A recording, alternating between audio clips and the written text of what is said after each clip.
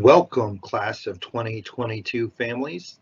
Tonight's presentation will focus on planning ahead, the junior year and beyond.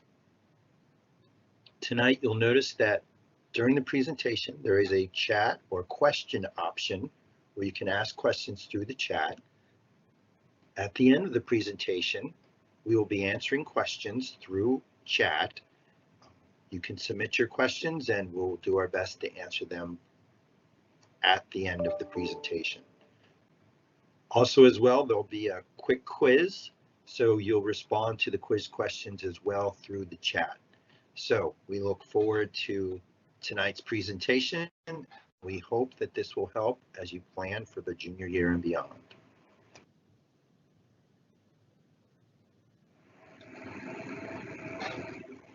Here are the names of the entire counseling staff that will help your student with their journey through junior year and planning for senior year and beyond.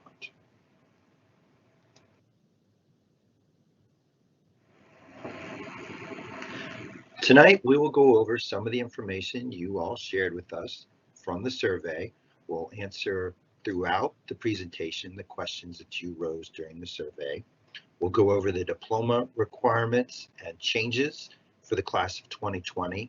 We'll look at some of the impact COVID has had on the application process, and in general, review the types of applications that students will use in applying to college. We'll also review some of the things to be aware of, what you should consider, and an overall timeline of the application. Again, the presentation was kind of crafted based on the questions that parents submitted through the survey and some of the questions and struggles we've seen this year with seniors and information needed to be successful throughout the process. So we'll share all that tonight with you.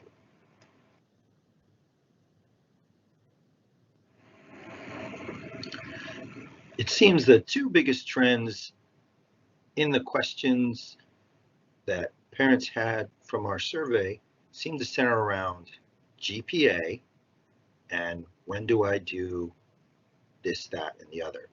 For GPA, please remember, it is one component of the application process.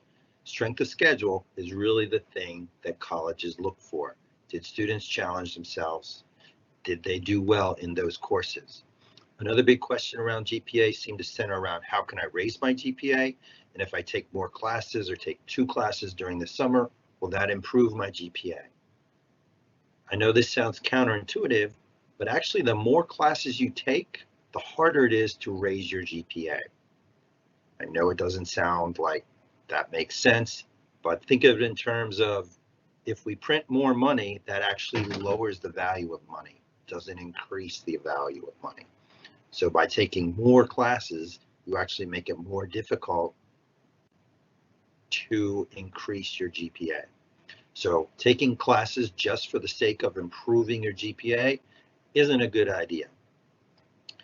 The other bunch of questions seem to center around when do I submit applications? When do I put in my transcript requests? Those things we'll answer tonight. And again, you should have those questions right now. This is one presentation and a number of presentations we'll have for parents and students about preparing for junior year and beyond. And in the senior year, we'll do the same type presentations just so everybody's on the same page with where and how to go throughout this process.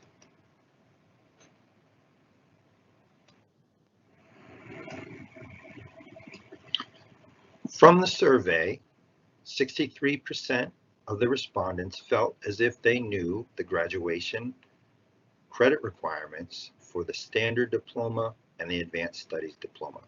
In general, for the standard diploma, you need 26 credits, 4 in each of the core areas, 2 years of 2 different world languages, or 3 consecutive years of a world language. For the standard diploma, you need 22 credits, 4 in English and 3 in each of the other core areas. You also need a CTE or Career and Technical Education certification. For both diplomas, there's a requirement of sequential electives, and for both diplomas, students must take economics and personal finance. In this slide, there's a link to the VDOE instruction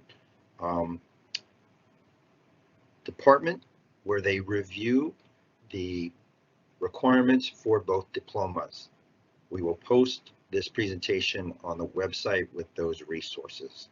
It's always best to work through the diploma requirements as you plan for this last year of high school.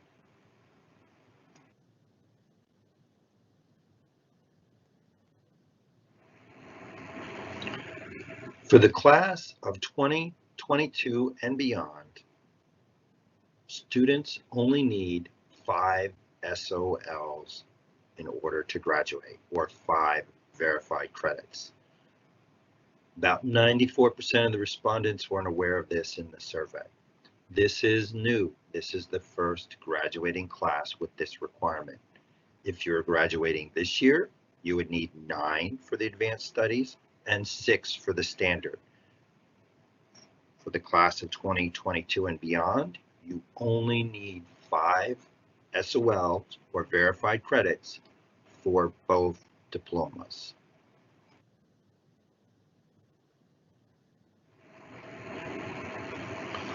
One of the pieces of advice you'll hear over and over from us is please check with the colleges you're thinking about applying to what is required for admission.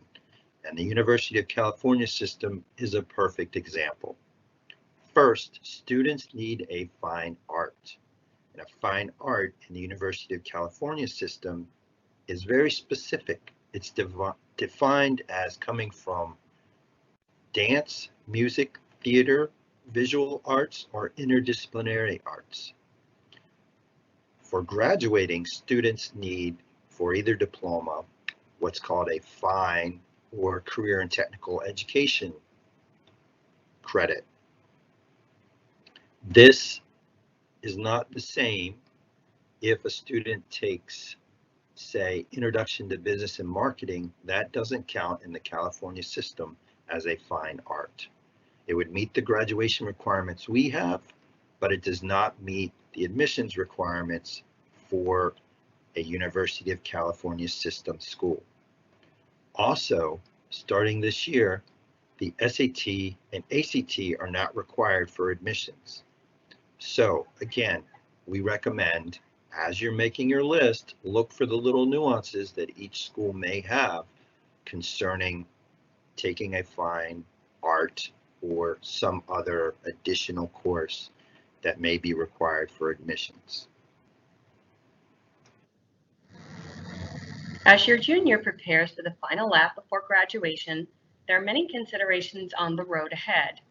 This is an important year for a variety of reasons that include important testing decisions, finalizing college or university choices, determining if a gap year is the right move, military options, or just deciding to go and find a career that begins after high school. Fortunately, the counseling department is here to help with whichever direction your student chooses to go. This slide shows the recommended actions for your junior during this fall and winter portion of the school year. The College and Career Center is a good place to start these activities, as it offers many opportunities for students who are interested in participating in visits with college representatives, exploring career options, and other opportunities such as scholarship and financial aid information. Naviance, an app in LCPS Go, also provides a wealth of information and activities. From researching colleges and universities, cost analysis, resume building, major areas of study for different schools, and much more. During this time frame, it is also wise to plan upcoming SAT or ACT testing and reviewing any material needed to brush up on before the test using an online prep course such as Khan Academy. Lastly, juniors will also have the opportunity to review their readiness to graduate. Students should review their coursework to determine if anything specific is required for the college of interest. For instance, many California schools require a fine art, so if your student is interested in applying, they will need to take one in their senior year. COVID has certainly affected the process for students. and we can anticipate some of these changes will still be in place as we complete the current school year and may even bleed into your student's senior year. In order to make the most of your junior year, we recommend the following. Continue to apply a high standard to your academic record. We are finding that the colleges and universities are still expecting peak performance. Continue to find ways to make the most of activities and clubs. Aside from the benefits of interacting with others and not remaining isolated, this will be helpful when it comes time to apply to college. In addition, it will add to the student's contacts and may even provide an avenue to procure letters of recommendation. Plan your testing. There may be challenges with limited sites offered, limited seats available, and canceled and rescheduled testing. Plan well ahead to meet your needs. Consider testing in the summer to avoid problems in late winter and spring that may arise from rising COVID numbers. We have seen many schools go test optional, so review the school's website to determine if testing is necessary for your student in applying to the schools they wish to attend for their year. And finally, you can review the information and essays on the Common Application toward the end of January when the newest information is available. When completing your research on best fit universities for your student, it's important to consider the following. Students can use Naviance to research schools and fine-tune their university and college list by size, program of study, location, cost, financial aid, campus culture, extracurriculars, city neighborhood, and housing. So we're going to go ahead and look at some opportunities that are unique outside of Virginia. The University of Louisville is all about community service. They want to develop engaged citizens, leaders, and scholars by applying research, scholarship, and creative activities that improve the quality of life for local and global communities. Some universities and colleges that are outside the state of Virginia offer scholarships for just living in Loudoun County. One of those schools is Shepherd University in West Virginia.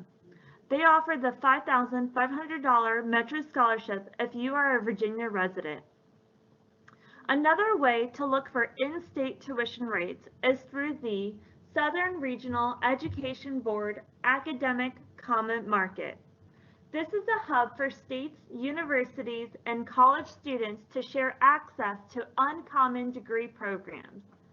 Students whose states don't offer the degree they want may find the program in another SREB state and be eligible to attend at in-state tuition rates. Ways to apply.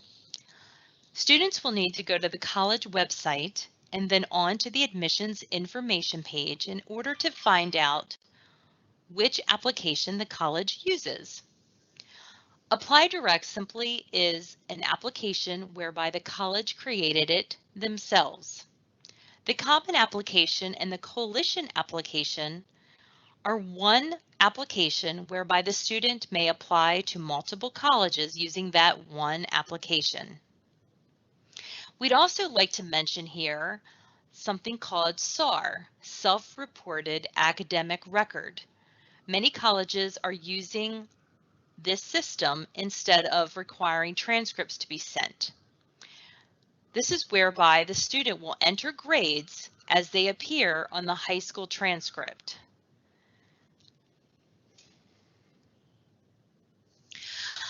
As part of the admissions process, many colleges and universities require an SAT or ACT assessment score. However, during the pandemic, we've seen many of these colleges and universities move to test optional for admissions requirements. However, some of these colleges that have moved to test optional are still requiring a score for things like merit scholarships, honors programs, or even specific programs of studies. It will be very important that your student goes to the college websites to find this information so it can help them decide whether they need to take an assessment or not. Should they still need to take an assessment or would still like to take an assessment, they will need to decide which assessment they will want to take. Many students will take one of each so that they can determine which they're most comfortable or which assessment they do better on. We encourage students to go to the websites for both SAT and ACT to find the differences and determine which may be a better fit for them. One of the main differences between SAT and ACT is that the ACT offers a science section.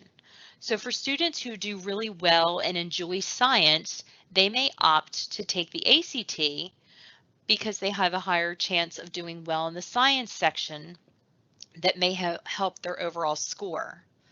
But again, this is a personal decision and choice.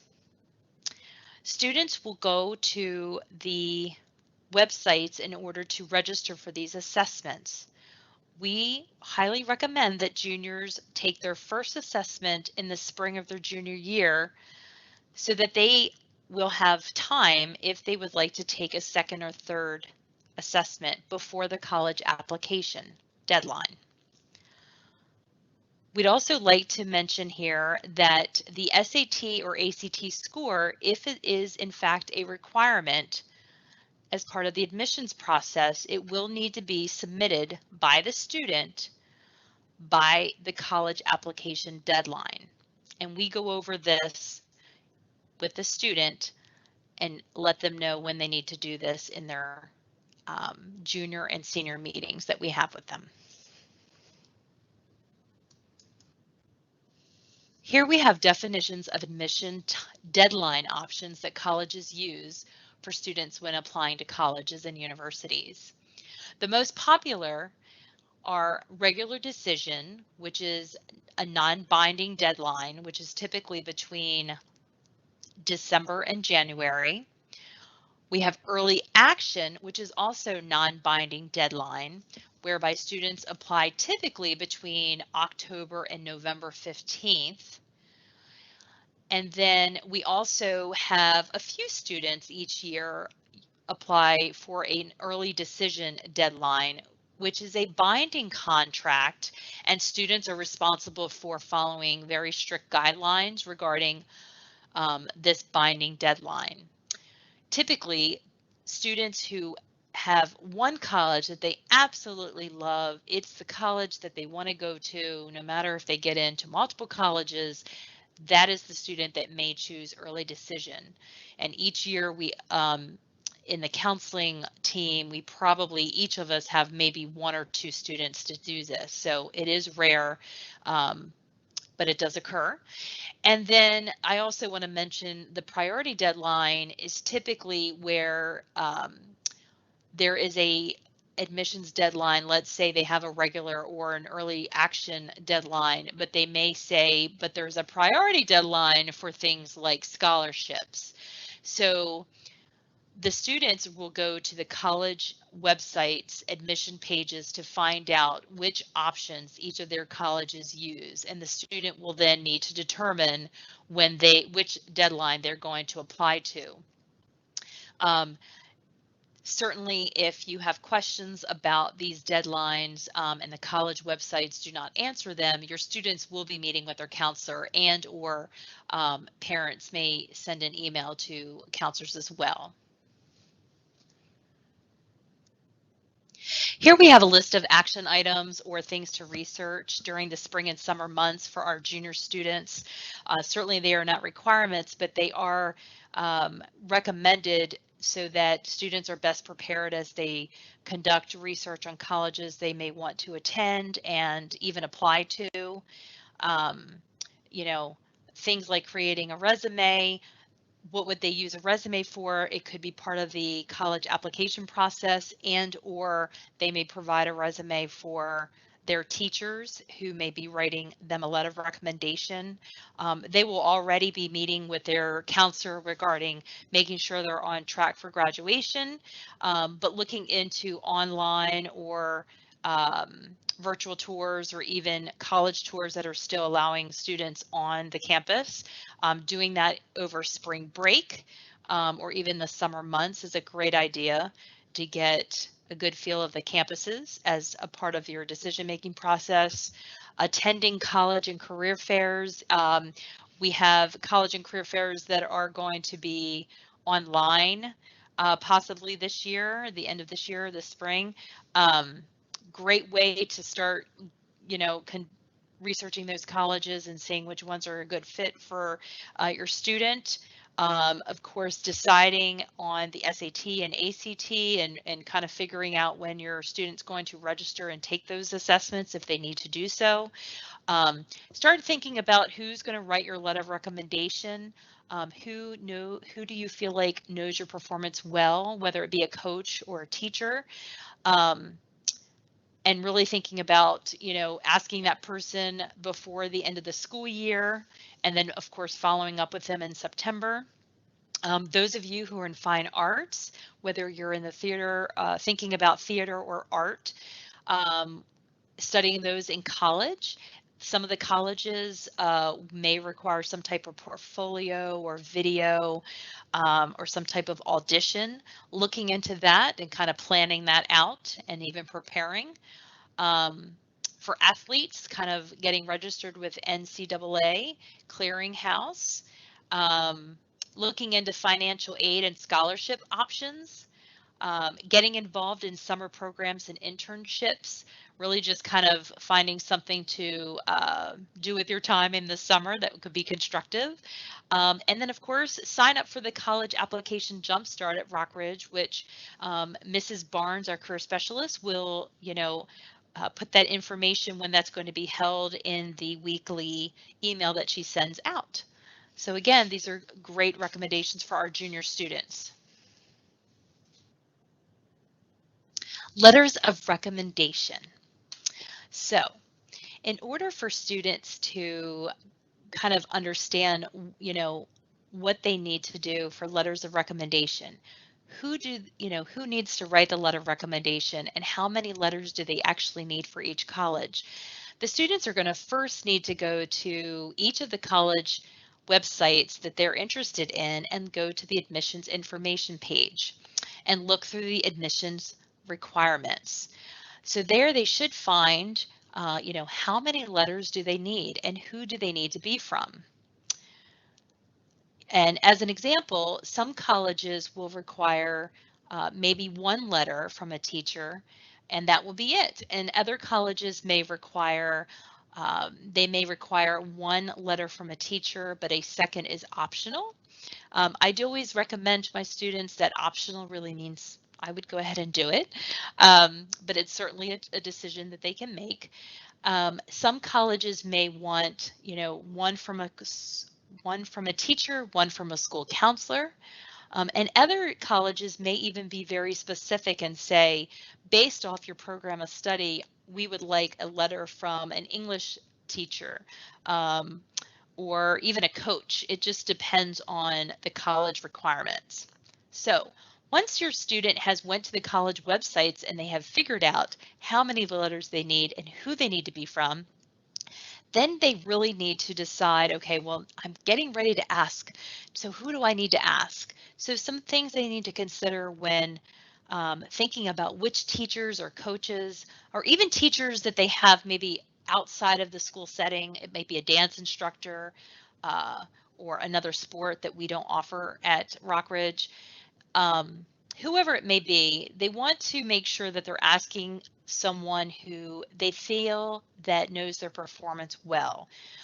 It could be, a teacher they've had for multiple classes, even maybe for a club, or, someone they've gotten to know. It needs to be someone that your student respects and admires, and really just has a good feeling that that's probably the best person to ask out of all of the experiences I have with teachers or coaches. These are the people that I really feel will write me a good letter, or they should be able to write me a good letter. Okay, now Once that is all figured out, how does my student ask? Well, in this distance learning environment, email will be the way that they need to ask their teacher or coach or whomever. Once we're back into school, the best way to always ask for a letter of recommendation is in fact face-to-face. But if they can't do that, then email is the next best option. If the teacher is able to do so, of course, they will reply with a yes. Your student then needs to do a couple things. If it's in an email, the first thing that the teacher needs to read in that email is, a thank you. Thank you for for being willing to write me a letter of recommendation. I really appreciate it. They also need to provide deadlines. The teacher has to have an idea when they need to get this letter done. So it could be, my earliest deadline is October 15th. However, if you were able to get this done by October 1st, it would ensure that everything is in and ready to go before and by the deadline. And then, of course, each teacher may ask for certain things from the student just to help them write the letter. It could be a resume. They may just even ask them a few questions. Some teachers may say, oh, I have enough information. I don't need any of that. We also, the counseling office offers something called a teacher brag sheet. It's completely optional, but it's something where the student can fill out and offer it to the teacher that tells them a little bit about what program of study they're interested in, and just some additional information that will help the teacher write the letter.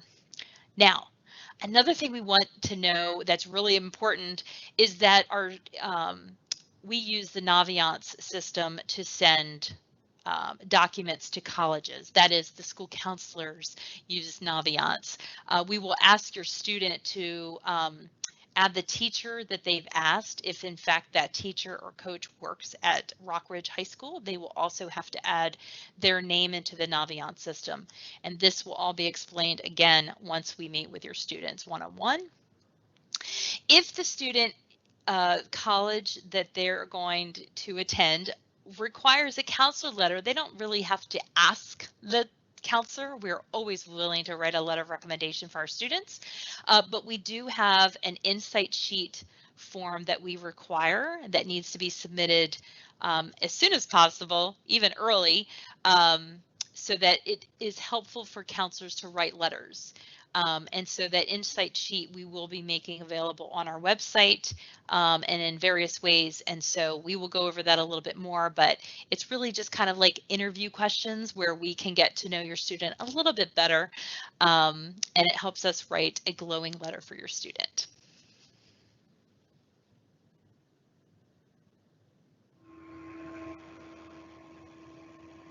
For students interested in the military, we do have reps who visit and talk with our students. If your student is interested in meeting with one of our reps, they can sign up for a virtual rep visit through their Naviance account. Something to keep in mind is the ASVAB exam. The Armed Services Vocational Aptitude Battery Test is a multiple choice test, and it's administered by the United States Military Entrance Processing Command. This test is used to determine qualifications for enlistment. It covers your verbal, math, science, and technical skills.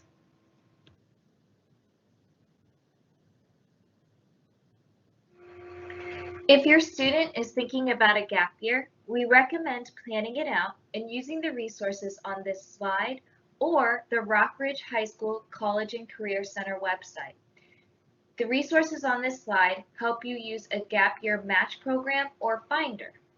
If your student is on the fence about taking a gap year or not, they can still apply to college and defer their start date. If your student is interested in an apprenticeship, there are programs that allow students to gain college credit while they are participating in the program. LCPS typically offers an apprenticeship fair where participating businesses will meet with students. Nova is collaborating with Amazon Web Services with a new degree program. This program will be one of the first cloud computing programs in the nation offered by a community college. Another great program offered by Nova is the Advanced program.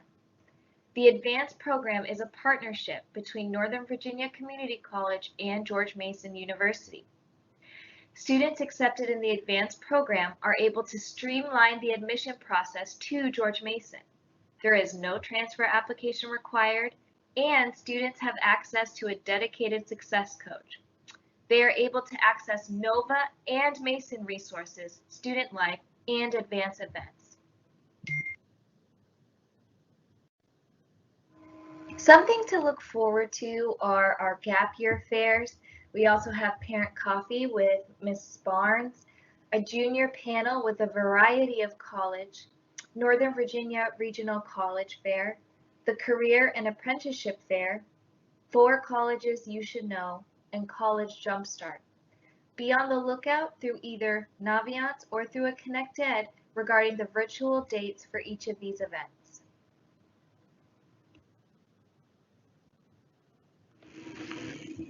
In the spring, juniors will make a one-on-one appointment with their counselor to go over the senior information for the class of 2020, looking over their course requests and making a schedule for next year, and then going over the documents that they will learn about as they start applying to college and going through the entire college application process. Hi, my name is Dallas Hensley and I'm the school psychologist at Rockridge. I know you just got a lot of information and it can be stressful, but I want to remind you that you have the support of your counselors and the Unified Mental Health team at Rockridge if things get too overwhelming. I also want to talk about balance. Having a school life balance is important in order to perform your best academically. We have found that students often prioritize their academics at the expense of personal factors, including relationships with others and healthy activities. Students juggling work in addition to completing obligations from school and home may experience greater challenges in having a balance. Some ways to help achieve balance include establishing a routine, plan your schedule ahead of time, set goals and deadlines, make to-do lists and include things that are not academic related, and be aware of stress. However, we're not telling you to get rid of things that cause stress altogether. Some stress can actually make us stronger and more resilient. It's important to determine how we can reframe that stress to cope with it in healthy ways. Think about what gives you strength and what helps you with the stressors that you face. That brings us to the Sources of Strength wheel.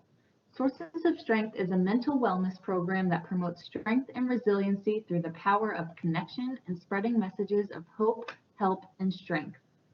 Wellness is not something that we inherently have. It is a result of the choices we make to take care of our mind, body, and spirit. Research has shown that these pieces of the Sources of Strength wheel are the most common resiliency factors that help us get through tough things in life and manage stress.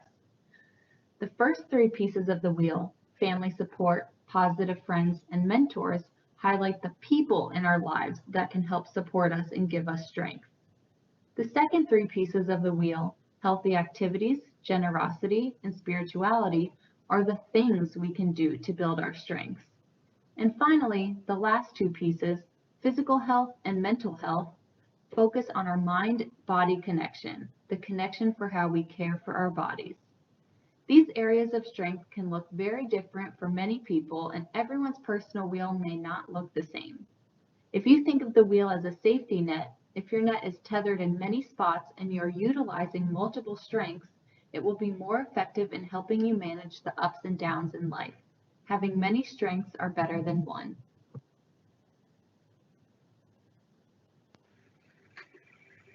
Now it's time for a pop quiz. How many SOLs must a student have in order to graduate? Please type your answers in the chat. Is it A, 9, B, 6, C, 5, or D, 22? Go ahead and type your answers in the chat. We'll give you about 1 minute.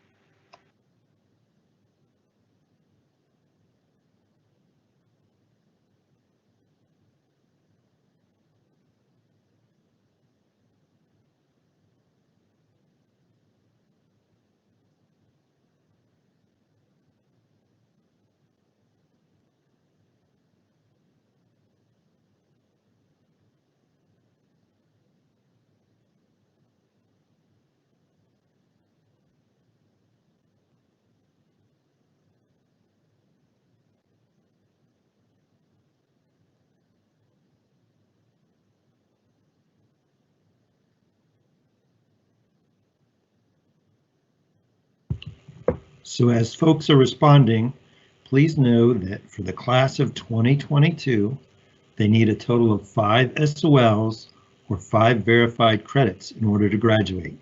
This is over the course of their entire high school career. Now we'll move on to the next question. So just go ahead and submit your answer as if you're asking a question. That's what we mean by type your answer in the chat.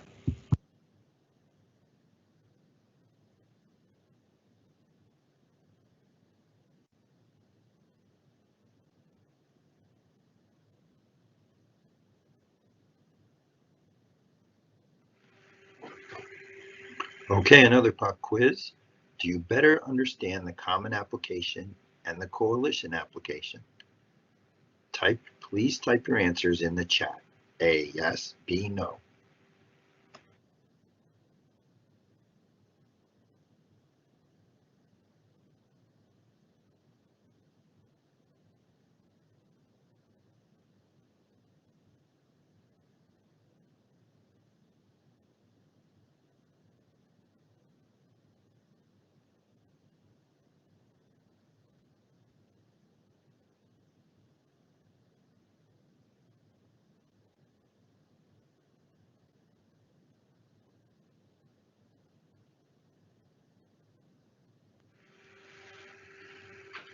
Okay, we'll take a few more minutes here to just check for any other questions. And as we look through them, we'll be responding in the chat. We'll also hope to post this presentation on our website and post some of the responses as well.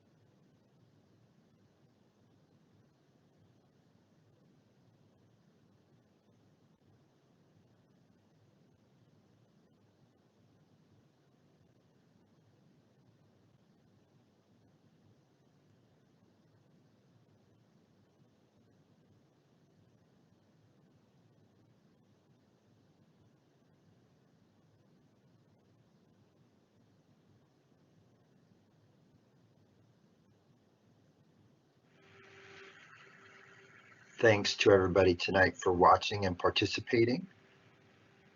We want you to know this is just the beginning of the journey. We'll be there to help you throughout the year, and we'll have another presentation like this probably in January to walk you through the other aspects of preparing for the senior year and beyond. We hope that tonight's presentation was helpful, and we look forward to presenting again. Thank you.